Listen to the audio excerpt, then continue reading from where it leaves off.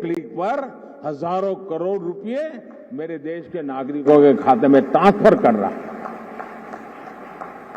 ये digital India की ही ताकत थी कि जब दुनिया थमी हुई थी तो भी हमारे बच्चे ऑनलाइन क्लासेस ले रहे थे, पढ़ाई कर रहे थे। अस्पतालों के सामने असाधारण चुनौती थी, लेकिन डॉक्टर्स अपने मरीजों का इलाज टेलीमेडिसिन के जरिए भी कर रहे थे। ऑफिसेज बंद थे, लेकिन वर्क फ्रॉम होम चल रहा था।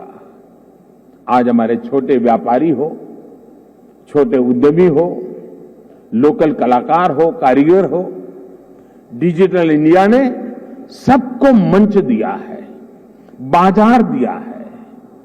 आज आप किसी लोकल मार्केट में, आप सब्जी मंडी में जाकर देखिए, रेहड़ी पटरी वाला छोटा दुकानदार भी आपसे कहेगा कैश नहीं है, यूपीआई कर दीजिए। मैंने तो बीच में एक वीडियो देखा, कोई भिक्षुक भी डिजिटली पेमेंट लेता है। ट्रांसपेरेंसी देखिए।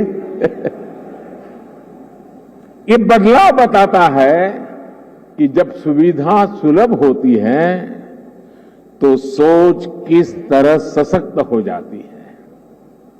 साथियों, आज टेलीकॉम सेक्टर में जो क्रांति देश देख रहा है वो इस बात का सबूत है कि अगर सरकार सही नीयत से काम करे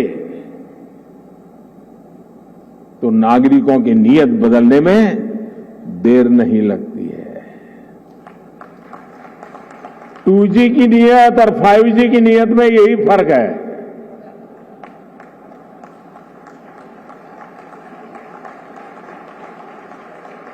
देर आए दुरुस्त आए।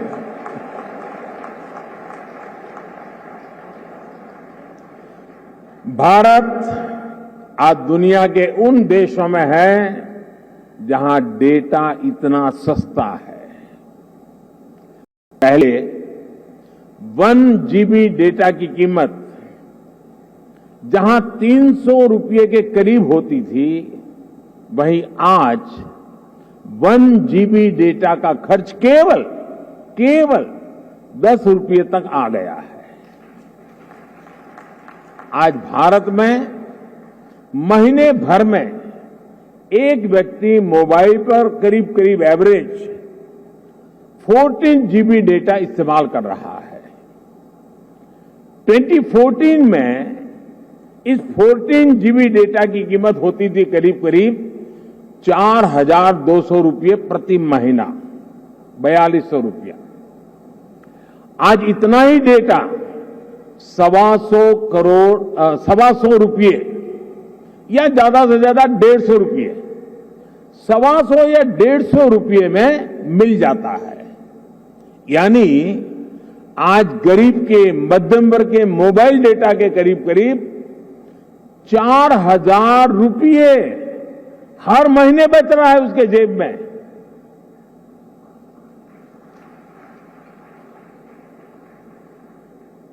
हमारी सरकार के इतने सारे प्रयासों से भारत में डेटा कीमत बहुत कम बनी हुई है। ये बात अलग है, 4,000 रुपया बचना कोई छोटी बात नहीं है हर महीना।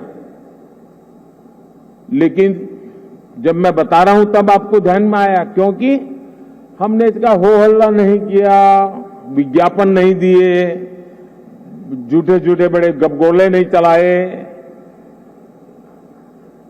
हमने फोकस किया कि देश के लोगों की सहूलियत बढ़े, ईज ऑफ लिविंग बढ़े।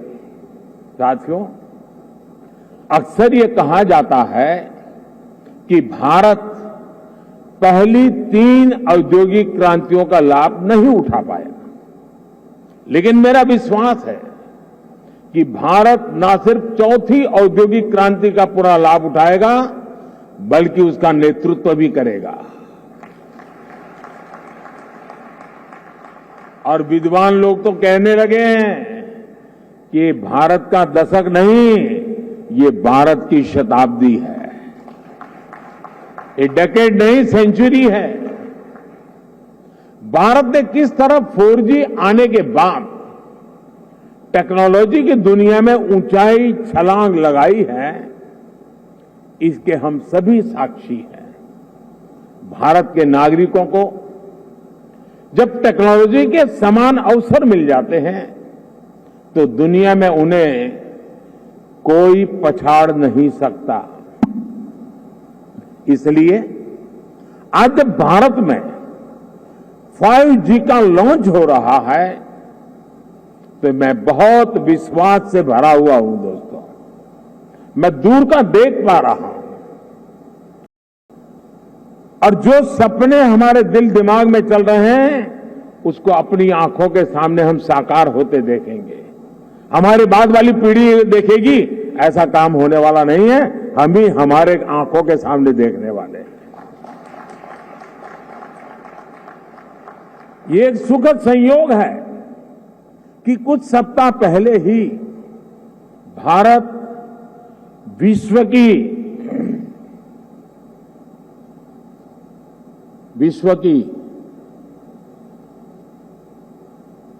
5वीं सबसे बड़ी अर्थव्यवस्था बना है।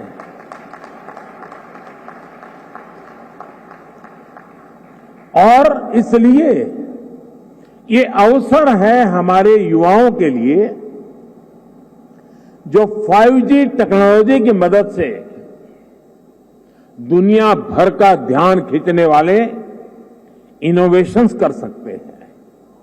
ये अवसर है हमारे एंटरप्रेन्योर्स के लिए जो 5G टेक्नोलॉजी का इस्तेमाल करते हुए अपना विस्तार कर सकते हैं। ये अवसर है भारत के सामान्य मानवी के लिए जो इस टेक्नोलॉजी का इस्तेमाल करते हुए अपनी स्किल्स को सुधार सकता है, अपस्किल्स कर सकता है, रिस्किल्स कर सकता है, अपने आइडियाज को सच्चाई में बदल सकता है।